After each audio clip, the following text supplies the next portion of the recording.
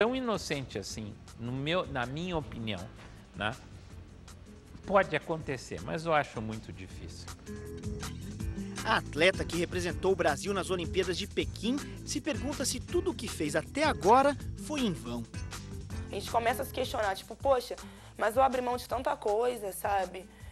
Abri mão de estudar durante esse ano, porque eu não tinha tempo para estudar. Era muita viagem, era muita competição. E eu me questionei sim em relação a isso. Eu pensei, poxa, mas eu tô fazendo de tudo, tô dando meu máximo, tô dando meu tempo integral ao esporte, e é isso que o esporte me traz de volta? Para pai e filha, resta esperar pelo julgamento e torcer pelo melhor. Se for condenada, Evelyn pode pegar até 2 anos de suspensão. Uma mancha para o esporte nacional. Nunca houve tantos casos positivos de doping no Brasil em uma só temporada como em 2009. Mas o que explica este recorde negativo? Quase 50 casos de doping em apenas um ano. Carreiras interrompidas, vidas destruídas. O nome do país em evidência no mundo esportivo.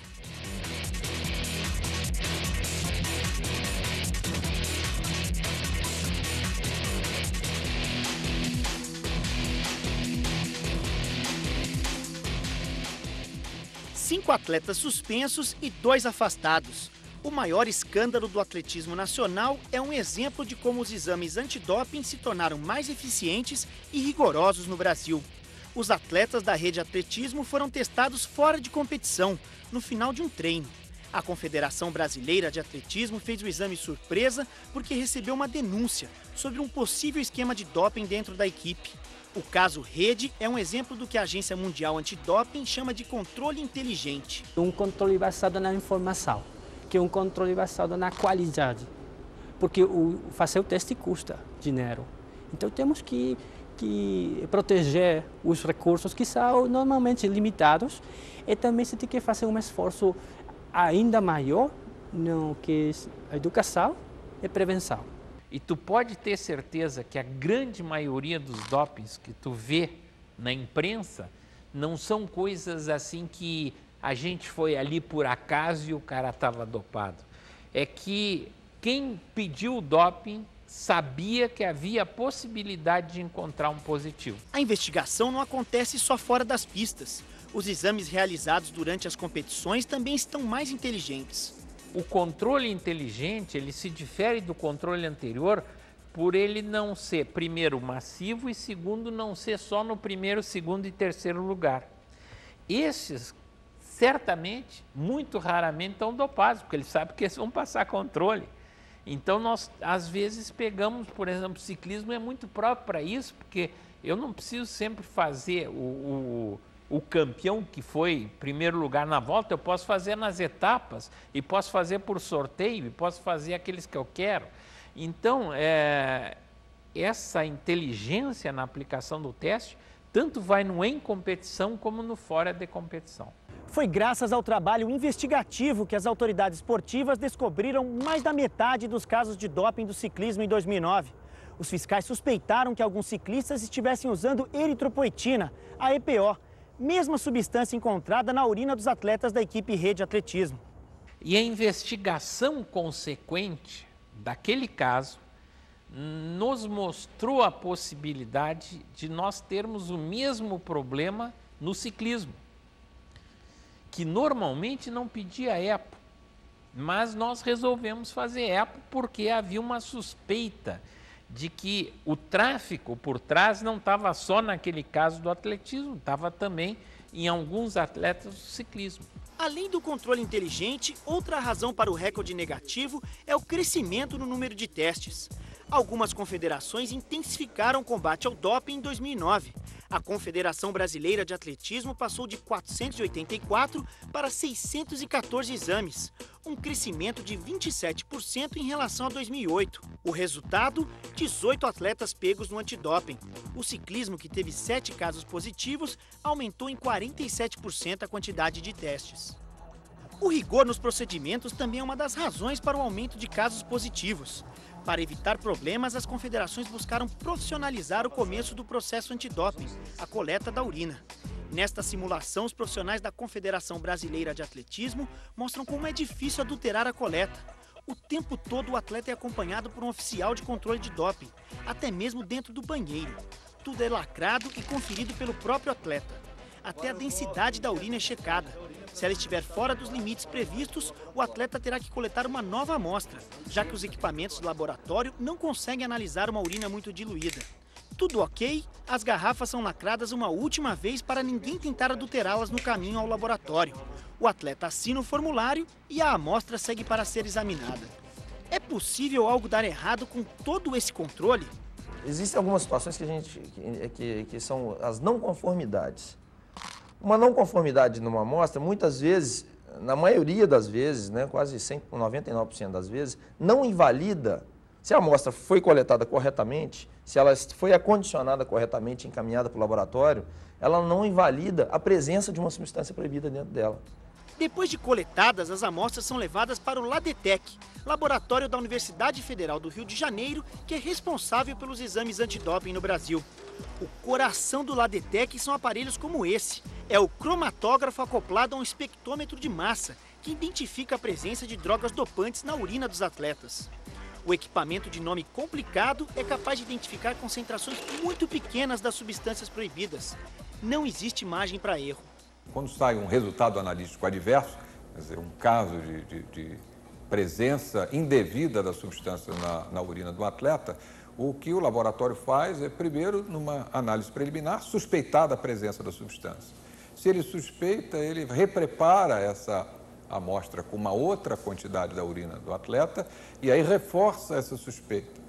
E depois, então, num terceiro momento, ele, numa nova quantidade da urina do atleta, ele faz uma confirmação da presença dessa substância por um método independente. Então, todo esse cuidado é que nos dá a certeza de que não é possível o caso de um falso resultado analítico adverso ser emitido pelo laboratório. Mesmo com todo esse rigor e eficiência técnica, as autoridades antidoping enfrentam uma corrida difícil de ser vencida. A todo momento surgem novas drogas, por isso a tática é tentar se antecipar ao doping. As pessoas que querem fazer quebrar as regras, eles investem muito dinheiro, substâncias e métodos para evadir os controles, a análise no laboratório. Então, a proposta da UADA é uma proposta proativa, que é tentar ir adiante na cooperação, na pesquisa, e quando a substância está disponível no mercado, nós já temos os métodos para a melhor detecção. Foi assim com a EPO. A substância foi a campeã dos flagrantes de doping em 2009. Até pouco tempo atrás, a EPO era difícil de ser detectada. A detecção da EPO não era 100% confiável. Mas agora nós temos um método que é confiável se se seguem os protocolos e os processos estabelecidos. Você possivelmente escutou sobre a cera, a quarta geração do EPO, que foi descoberta depois do Tour de France no ano passado. Que durante a carreira foram feitos muitos controles, mas a substância não foi detectada. Então, nós, em cooperação com o laboratório que produz a substância para atividades terapêuticas, não para fazer quebrar regras, nós tivemos a oportunidade de conhecer o método de detecção, os testes foram analisados de novo e ainda apareceu a substância. A eficiência do antidoping é tanta que chega a assustar. Até agora, João Gabriel não consegue explicar como o exame dele deu positivo. O atleta do salto com vara jura que sempre tomou muito cuidado para não ter problemas com doping. Meus cuidados eram mais ou menos assim. O médico chegava e falava, ó, você tem que tomar isso. É pra quê? Pra dor. É pra dor? É. Então não precisa. Se é pra sentir dor, não tem problema. Eu passo um pouquinho de dor. Não tem problema. Por exemplo, se é uma inflamação, a gente ligava pro médico da equipe, ó, vou tomar tal remédio. Então era sempre assim. A gente ligava, perguntava, tomava cuidado para não tomar nada aberto, não existia essa possibilidade de eu tomar chás, porque eu sei que alguns dão doping, corticoide para o nariz, eu tinha um problema imenso com sinusite, inflamações aqui, mas nunca tomei nada, sempre convivi com isso justamente porque eu sei do risco. O inferno esportivo do atleta começou quando foi selecionado para o exame antidoping durante o Sul-Americano de Lima, no Peru. Cheguei lá, não fiquei enrolando, como, por exemplo, se um atleta sabe que vai ser pego no doping porque ele tomou alguma coisa, ele tende a tomar muito líquido para diluir a urina, essas coisas. Eu não fiz nada disso, eu cheguei lá, nem tomei nada. Falei, não, vamos lá, vai, eu não tô com vontade, mas faço uma forcinha justamente para eu ir embora lá, rápido. Aí eu fui, fiz e fui embora. Fiz a coleta, fiz tudo tranquilo, fechei, lacrei tudo e fui embora. 3 meses depois, João Gabriel recebeu uma ligação que mudou a sua vida. Era o técnico Elson Miranda. Aí ele falou, ó, você foi pego no doping, alterado, já um pouco nervoso. Aí eu falei, como assim doping? Isso não é verdade, isso não existe, é impossível. Não, você foi pego no doping, vem pra cá que a gente vai conversar. Eu trouxe um papel, levei um papel pra ele, que é o formulário que o atleta fica. Aí chegou lá, os números não batiam. Aí ele falou, então foi engano. Aí passou um pouquinho, o cara, ó, mandei os números errados, os números conferem sim. E daí em diante foi só assim, o que eu fiz? O que aconteceu? Onde eu me contaminei?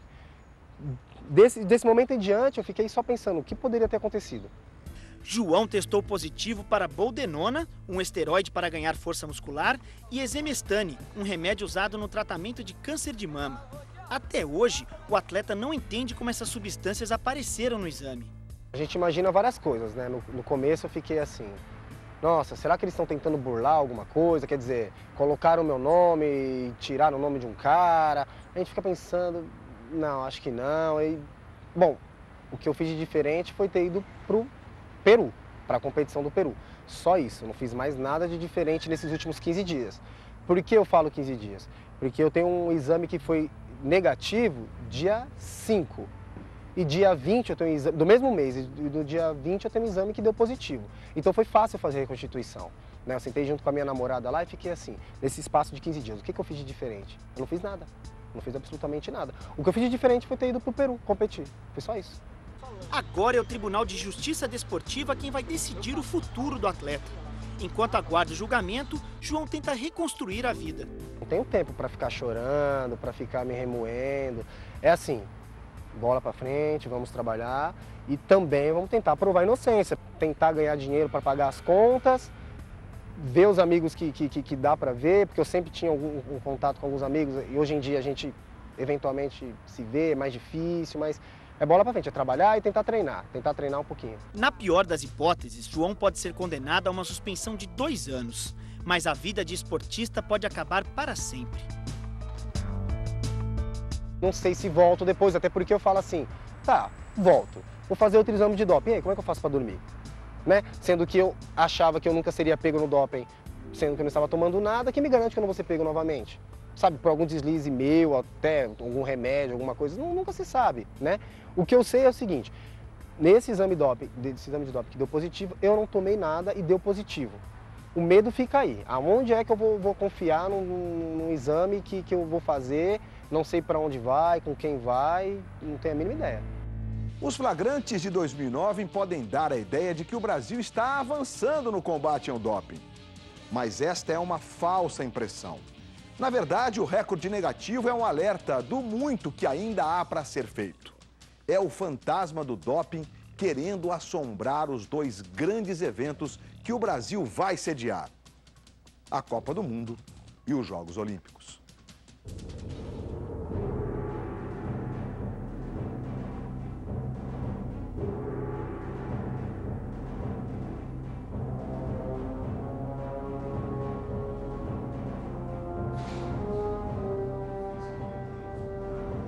Anabolizantes, hormônios, estimulantes, diuréticos.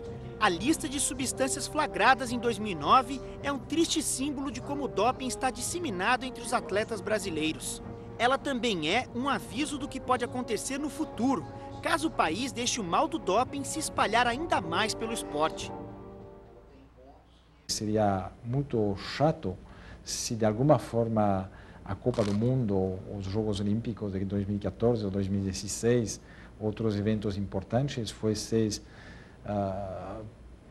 ensujados, digamos, por algum caso desse tipo. Acho que não seria uma boa imagem para o Brasil associar os Jogos Olímpicos do Rio, por exemplo, com casos graves. Da mesma forma que existem, por exemplo, a associação entre os Jogos Olímpicos de Munique, em 72, com atentados, que são lembranças que logo fica para a história completa. Então, acho que seria bom nesse aspecto o Brasil se preparar muito bem para justamente não correr esse risco de associar o nome do Brasil com uma façada, um aspecto realmente muito triste do esporte. Para não fazer feio, o Brasil também precisa combater o doping